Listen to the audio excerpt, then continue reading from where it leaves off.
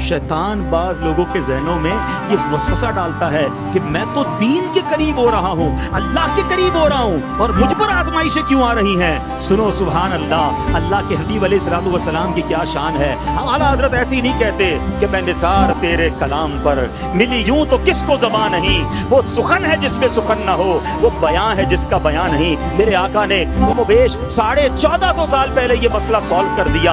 हजरत सैयदना साद बिन अबू वक्कास रदियल्लाहु तआला अन्हु फरमाते हैं कि मैंने अर्ज की, या रसूल अल्लाह सल्लल्लाहु तआला अलैहि वसल्लम, सबसे ज्यादा मुसीबतें किन लोगों पर? गली मुका दी ना, पंजाबी में कहते हैं ना, गाली बात ही खत्म कर दी। हुजूर ये बताएं सबसे ज्यादा मुसीबतें किन लोगों पर आई? प्यारे आका ने फरमाया अंबिया पर। अल्लाह के सबसे करीब तो अंबिया है ना, अंबिया पर, फिर उन लोगों के बाद जो लोग बेहतर हैं, फिर उनके बाद जो बेहतर हैं। सुनो अब अगला जुमला, बंदे को अपनी दीनदारी के एतबार से मुसीबत में मुब्तला किया जाता है। अगर वो दीन में सख्त होता है, उसकी आजमाइश भी सख्त होती है। अगर वो दीन में कमजोर होता है तो अल्लाह अज़्ज़ व जल उसकी दीनदारी के मुताबिक उसे आजमाता है।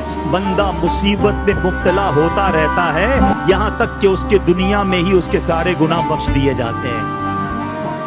गोया अल्लाह की ये रहमत है कि बंदा बड़ा नेक हो रहा है, रब चाहता है कि इस बंदे पर आजमाइश भेजूं, मेरा नेक बंदा सब्र करे, इसके गुनाह माफ हो जाएं और मेरे पास आए तो उसको जन्नत में दाखिल कर दूं।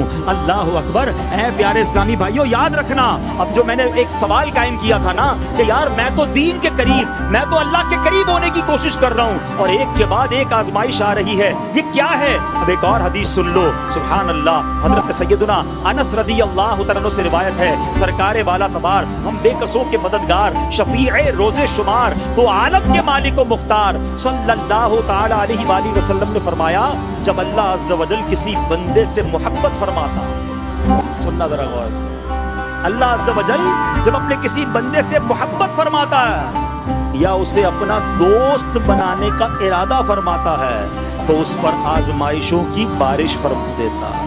अल्लाह करीम उस पर मोहब्बत भी फरमा रहा है और आजमाइशें भी भेज रहा है। दोस्त पर आजमाइशें कौन भेजता है? दोस्त को तो राहतें डाली जाती हैं। हाय हाय, अब यही तो इम्तिहान है, यही तो चेक है। सुनो, नबी पाक फरमाते हैं, जब अल्लाह उस पर आजमाइश भेजता है ना तो बंदा अपने रब को पुकारता है, ऐ मेरे रब अज़्ज़ व जल। तो अल्लाह फरमाता है, मेरे बंदे तू जो कुछ मुझसे मांगेगा मैं तुझे अता फरमाऊंगा, तू तो जल्द ही तुझे दे दूंगा और इसे तेरी आखिरत के लिए ज़खीरा कर दूंगा। सुभान अल्लाह। यानी अल्लाह वालों को आजमाया जाता है, उनके दर्जात बुलंद किए जाते हैं, उनके गुनाह मुआफ किए जाते हैं। तो ऐ मेरे प्यारे इस्लामी भाइयों, कभी भी ये ज़हन में ख्याल मत लाना कि यार मैं दीन में करीब आ रहा हूँ, मेरी आजमाइशें बढ़ रही हैं। समझ लो इम्तिहान शुरू हो गया है, टेस्ट शुरू हो गया है। अब इस टेस्ट में मुझे कामयाब होना है और अल्लाह के मजीद करीब जाना है। जिंदगी में जो गुनाह हो गए हैं, ये मेरे गुनाहों का इंशाअल्लाह कफ़ारा बन जाएगा, मेरे दर्जात की बुलंदी का सबब बन जाएगा।